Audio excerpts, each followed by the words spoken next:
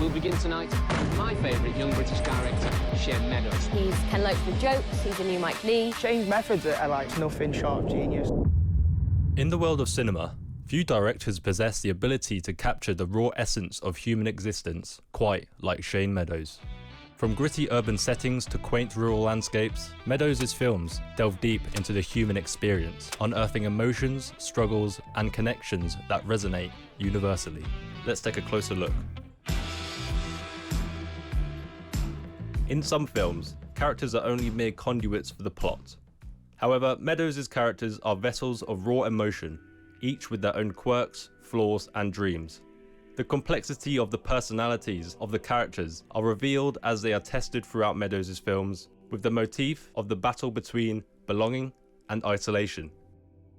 His characters often navigate the thin line between fitting in and being cast out. Arguably Shane Meadows' most famous film, This Is England, is a prime example of this. How many people can you fit in a minute? I don't fucking know how many. 3 in the back, 2 in the front, and your fucking dad in the ashtray. As the main character Sean faces isolation due to being bullied by his classmates, he finds belonging in a group of local skinheads. Sean, I'm Woody, mate. Nice to meet you. That there's Milky, my main man. Pukey's a bit of a nutcase, don't wind As the subcultural movement struggles with the conflicts arising from racism and violence, leading to the bullying and isolation of the ethnic minorities they encounter. However, this is paralleled with the evolving sense of family in the movie, as Sean becomes absorbed within the group and the cultural movement, even leading to the group's connection growing further throughout the subsequent sequel television series. In A Room for Romeo Brass, we see the friendship of two boys is put through its paces as an eccentric stranger enters their world. Well, it wasn't fucking funny, was it? Huh? With Somerstown being another tale of childhood companionship, as their friendship also faces certain challenges. In Dead Man's Shoes, Richard returns home from the army to a small town in the Midlands where he grew up, to find that his younger brother Anthony has been tormented by a group of locals, and Richard seeks revenge. I'm gonna have to go back to town in a bit, mate, to sort some business out. At first, the group played with him, made him feel included, ensuring a sense of belonging within him, only for them to turn it against him. Here we see the contrast between destructive belonging that Anthony endures and the angry, vengeful isolation of Richard. You cunt.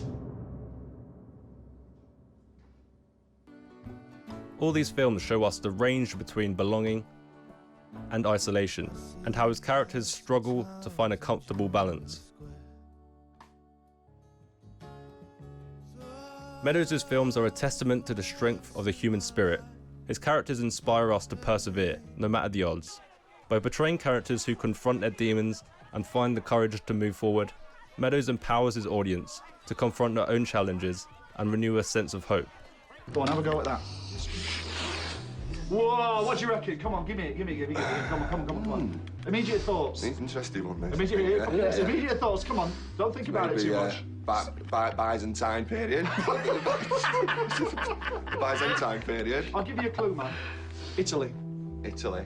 Italy. Yeah, no, it's you for the could have mentioned it. Italians. Yeah, Yeah. say that now. Get the mountain air. Yeah, I think pizza, olives. Right. It's fucking Parmesan cheese.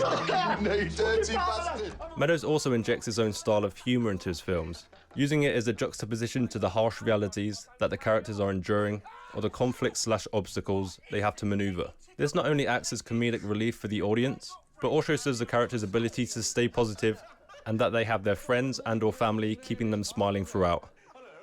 This, along with a consistent sense of togetherness and camaraderie, is what makes Meadows' films feel so personal. One of those few, my name is Harvey.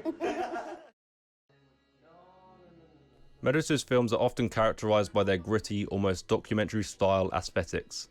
Notice the use of handheld camera work, emphasis on natural lighting, and the choice of authentic locations. This is the defining style of realist films, enabling the audience to step into the shoes of his characters, experiencing their challenges firsthand. This realist cinematic style in Meadows' films complement the themes expressed in the stories of his films, as he consistently depicts the everyday life of young men living in Britain.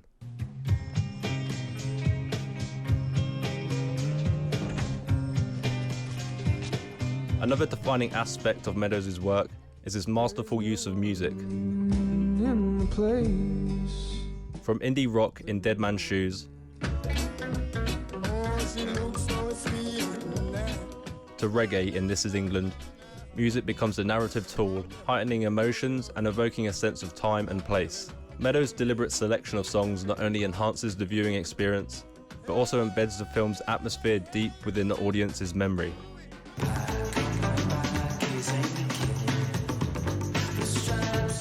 His music not only sets the tone for his films, but also acts as a portal to immerse the audience in the social environment of the time that the film is set. What makes Meadows' films so unique is their semi-autobiographical conjuring, as each film's writing are influenced by or even the retelling of stories from Shane Meadows' youth.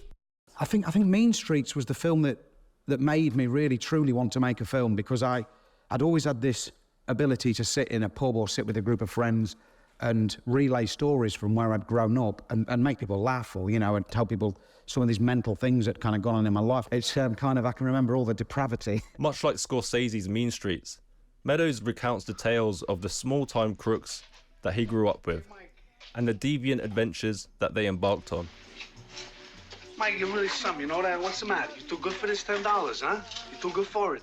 It's a good $10. These people I've got are nowhere near as cool as De Niro and Keitel, but ultimately it made me think I've maybe got something that's individual to me, because all these people at college were doing, writing versions of Reservoir Dogs, writing versions of, these films, Man Bites Dog, and it's just a poor rip-off of something that they loved. Meadows' rejection of genre, cliché, or ripping off other films is what makes his stories so unique. Yeah, they go like hotcakes. Do you want to try one on? Shall we try? I fucking want them. If you swear, I'm sorry about that. He was famous for improvised scenes and allowing actors freedom within their performance for maximum authenticity. He also utilised minimalist filmmaking as to not interrupt on the actors and to not let the filmmaking process intrude on the story that they are telling. Me and Paddy said, what would happen if you just put down all your raw ideas and actually followed them through from that very first? So we had 1 2-week writing session and then made a film, literally in a minibus with a group of cast, a cameraman and a guy with a mic, no lights. We went round and we made a film together. He would also use creative methods to achieve a realistic performance from his actors. Take this scene for example, when the characters are spiked with LSD and begin to feel the effects. Meadows asks the actors to stay awake for days on end, as the psychological effects of sleep deprivation are similar to being high on psychedelic drugs. Along with experimental editing and sound design, the results are uncomfortably realistic and immersive to how the characters must be feeling. Jesus.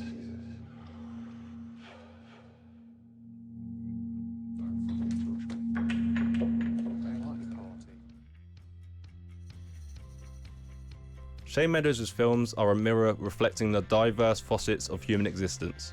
Through his exploration of universal themes, his distinct visual style, and his unique methods of filmmaking, Meadows has carved a niche for himself in world cinema.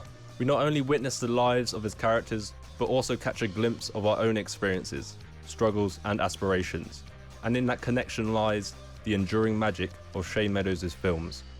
Subscribe for more, and thanks for watching.